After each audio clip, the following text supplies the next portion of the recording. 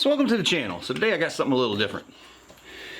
We're working on a Mustang with a big block in it, big block Chevy swap, and a Fox body, and a power glide. And we've ran into a clearance issue with this transmission cable bracket. Well, when it's on the driver's side, it should bolt to the bottom of the pan with this facing down and going up here to pull the shift lever. And of course this side the cable goes out, goes inside the car, and goes to the shifter. Well, the problem with this particular one is this is now where the headers are. So this really needs to be on this side. Where it's bent down, it needs to be bent up. But that's not the only problem. As you can see, it's got this little dog leg in it over here. And this dog leg's not working with the thick oil pan and the thick transmission case to let it sit in here like it should. So even with spacers on it, which come with the kit, it's pushing it down even farther, which that spacer is to get it past the lip on the stock style stamped steel power glide pan. So what I'm going to do is make a flat version of this and turn it up. And I've already made me a little pattern, and we're going to cut it out of this piece of 1/8 inch steel here. Now this is just a rough pattern here on this end. And as you can see, there's the two holes. This would be on here like this.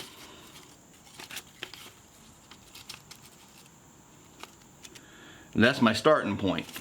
And then when I get done, I'm gonna also cut it out so that this little piece is here, and we'll bend it up, which as you can see is the tab for the shifter cable.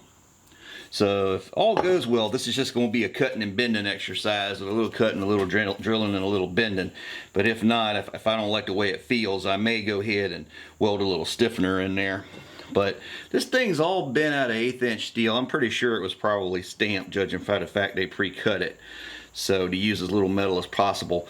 So I'm sure when it was laying there tabbed out, it was like this. Another one was flat and was sitting here like this, so it was actually straight. And they could have very well cut it out of a 3-inch piece of 1/8 inch and just chop, chop, chop, chop, chop with a press die and cut it and bend it maybe in one step. I don't know. But I could make something like this on the press brake, and I may make this bend on the press brake before it's over with, but I still need to get a couple of smaller angles to go in that thing. It likes to bend a little wider than I want it to right now. But let's get this thing laid out and get it cut. A little bit of paint.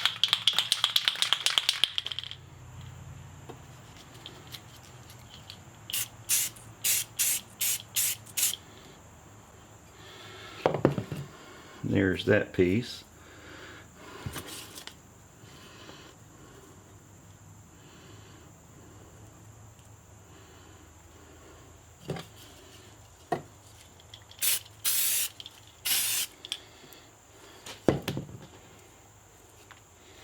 And there's your quick pattern. And you don't lose your real pattern in the process. Now it's nice when you've got the part here to pull your dimensions off of. Okay, so we let that dry for a minute. I run around the other side of the shop and get my straight edge here. This one's a little too long for what I'm doing, but that's okay. And I'll get my scribe out. And always turn your scribe back over and put it back inside, because if you drop it, you can break it because it's so hard.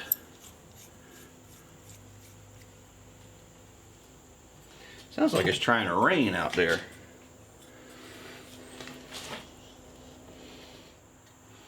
And I made it a little long because of the 1/2 inch here. I want this higher.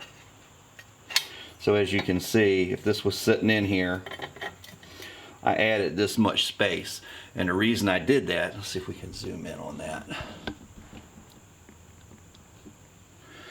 I added this 1/2 inch here. And what that's going to do is push my shifter cable up into the transmission tunnel and get it away from the heat of the header. So, let me pull this back over here again.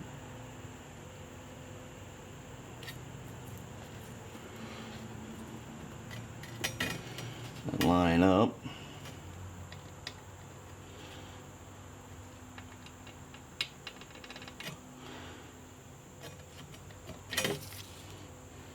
Now I'll take my hammer and my punch and dink that before we drill it, and I'll make those holes slightly slotted so we got a little bit of left-right play in this thing. And this is what we're going to cut out and bend, with the trickiest part being drilling and cutting this, which I got to go get my calipers, and then we'll figure out what size to drill this, and whether I want to drill it and cut it or drill it and file it. Okay, so let's lay this back out. We're using this edge as our reference, which is a straight factory edge from the Steel People.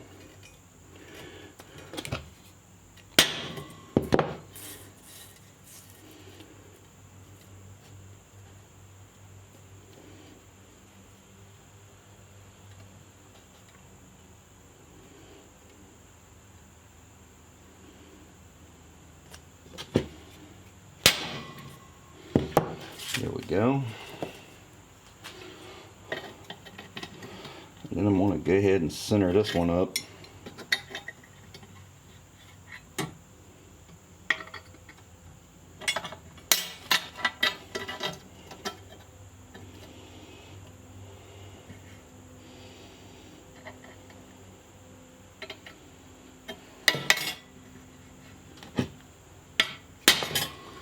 Okay, so now I'm working from this side. So what I got to do now is cut all this out. And I could take the grinder and just cut this out like this, or come straight up. But I think I'm going to go ahead and cut this nice little angle on it. And then we'll worry about this. But before we bend anything, we got to drill it. So I can pull this over the side here, clamp it down, grind it off.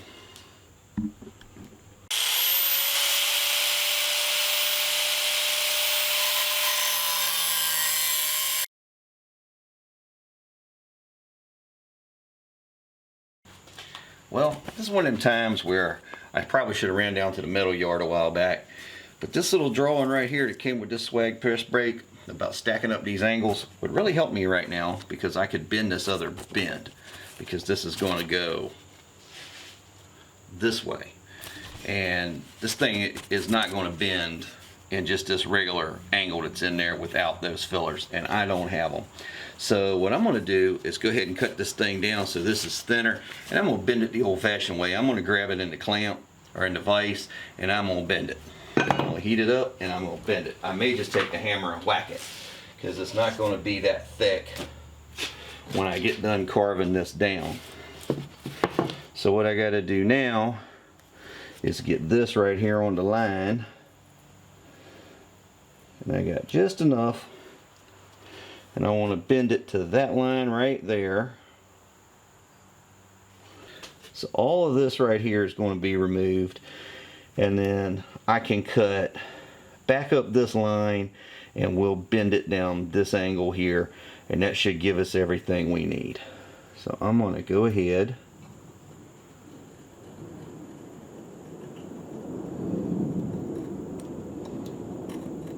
and scratch that in there, and that's where we're going to cut to. And then I'm going to bring this out a little bit and turn it down to this 1/2 inch line. So the only thing we're going to really be bending is from there to there.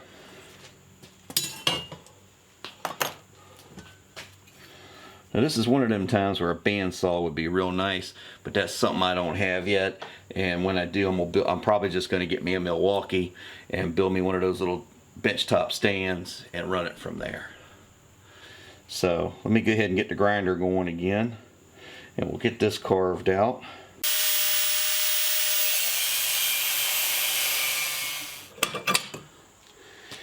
Okay, there we go.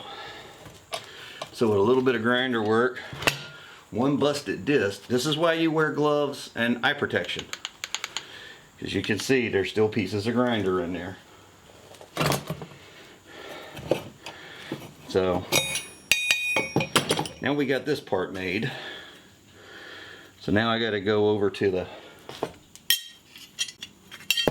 and we got to bend this. But before we do that, I need to make the hole up here for this, because it's just going to be easier that way. If I bend this first, because this has got to bend this way, and then this bends this way, and then the whole thing bends over, creating a 90 right down this line right here. But the easiest thing is going to be to drill this while I can still put it in a drill press flat like this, then bend it. So let me reach over here and get me a piece of wood. Now I got something to hold it with. And I took this off a while back because I didn't need it. But I think today would be a good time to put it back. And this is nothing but a drill press vice grip basically. I've had this one for quite some time. I don't use it a whole lot, but it's one of them things that it's nice to have when you do decide that you need it. And see, that's another little habit I used to have. I haven't done it lately. I used to be, every time I went to Lowe's or Tractor Supply or Home Depot or anywhere like that, I would buy a couple of clamps, a couple of vices, or like when they got those a 3-pack for $12 like that, I just go ahead and buy them. That way I got them when I need them. Alright. So now I'll just go ahead and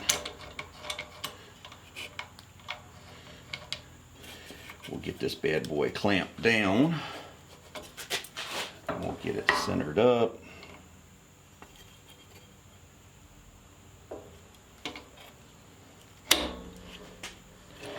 Alright, safety glasses on.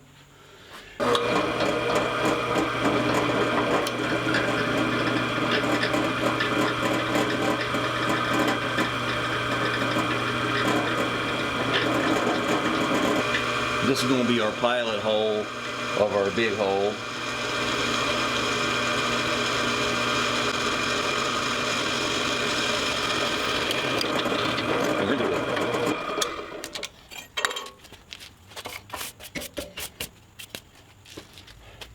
Now I gotta do the same thing. I'm gonna go ahead and drill our mountain holes. Got a few one out there.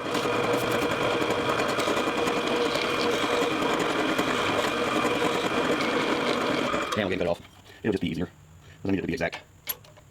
Here we go.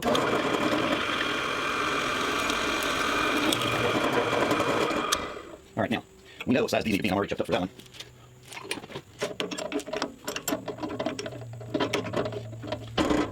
So we can pull that one out, put in the one we need it to be. And we need to go one bigger, but this will get a good start on here.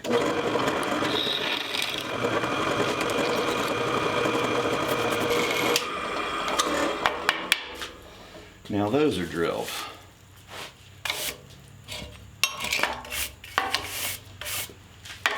Always sweep off your shavings, because what you don't want to do is get up here and let your shavings cock your wood and throw a hole off. So there's the beginnings of the rough cut of this thing. So what I got to do now is get my calipers and determine how big this hole needs to be, and then we'll know where to cut the top off at. Let me go grab all.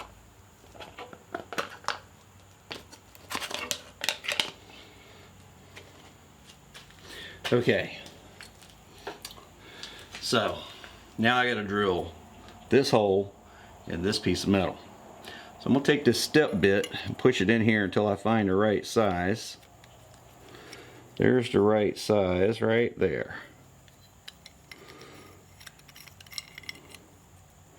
So that's 5/8.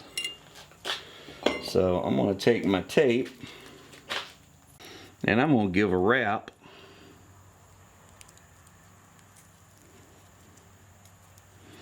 And of course the oil on the bit's not letting the tape stick. So I'm going to go a little farther than I need to here. And we'll stretch that and pop it. And when we get to that line, that's where we stop. Old carpenter's tricks apply to metalworking too. Drilling a hole is drilling a hole. It's just a matter of what you're drilling it in. So I'll go ahead and turn this.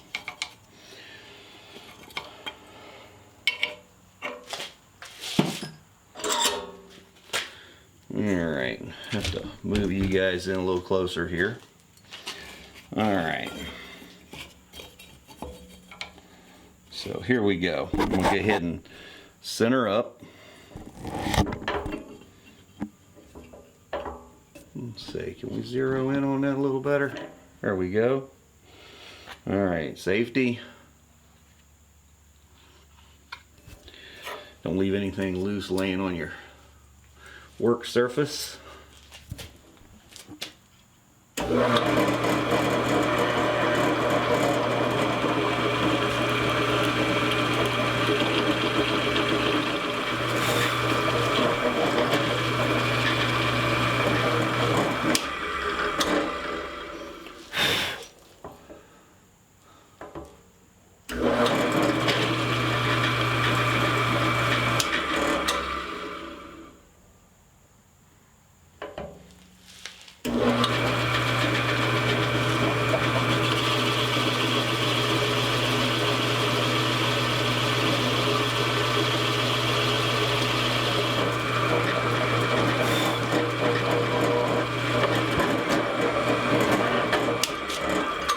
Before we break everything down, let's make double sure.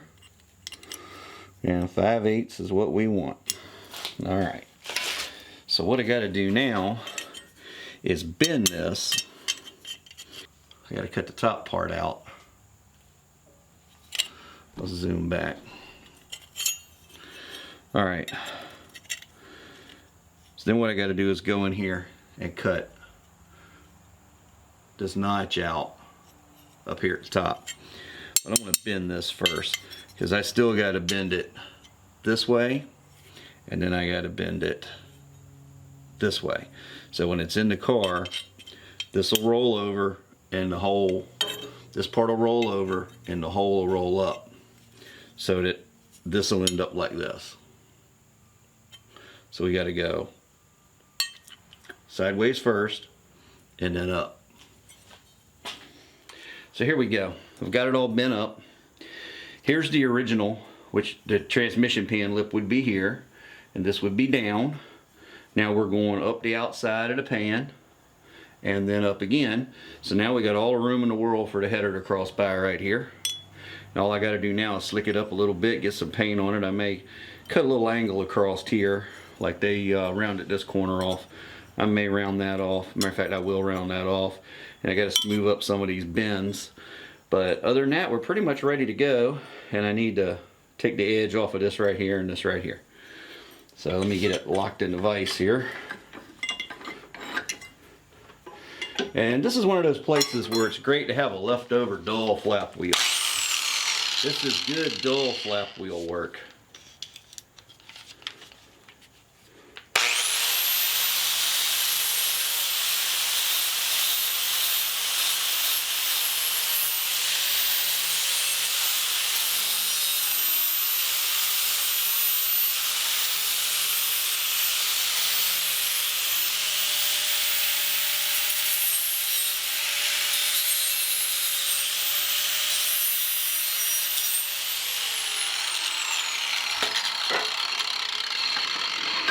Let's see, right up here.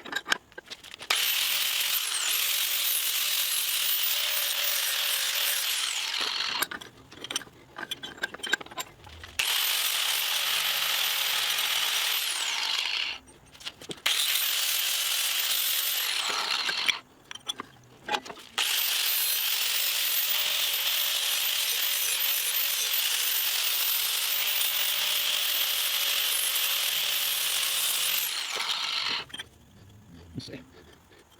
It's right in here. Another.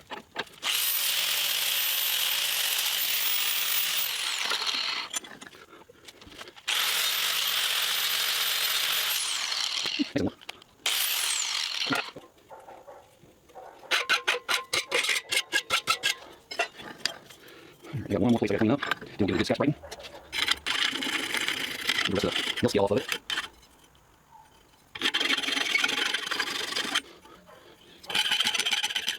It'll be good as new and ready to go. Well, it is new. I got one more thing I want to do here because I don't like the edge on that.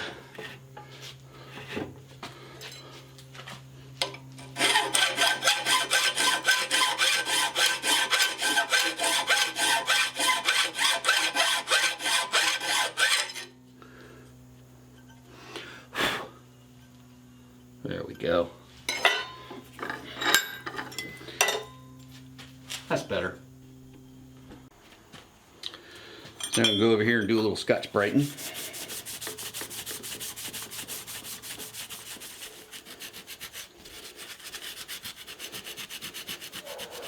And I'll hit it with some carburetor cleaner, or some brake cleaner. Actually, brake cleaner. That'll get it all prettied up. And we'll go ahead and hit it with the Krylon, or whatever kind of black paint I got laying around today. And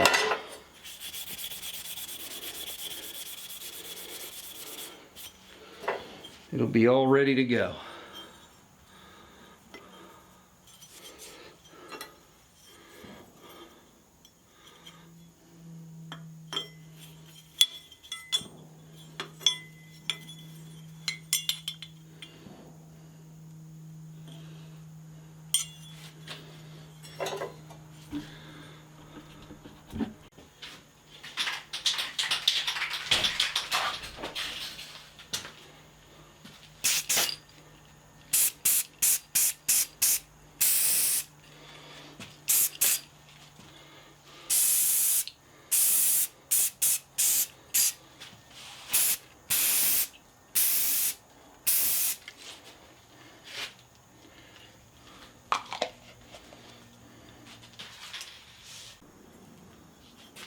So here we are, back on the bracket. As you can see, it's all shined up, ready to go. So I'll give it one more quick shot of paint, and we'll have it all ready to install. So just another quick shot of paint and it'll be ready to go. As always, practice your skills, learn a new one. Either way, turn them into craftsmanship. You never know how far it'll take you. So until next time, this has been Fab Race Mod Repeat. Have a great day.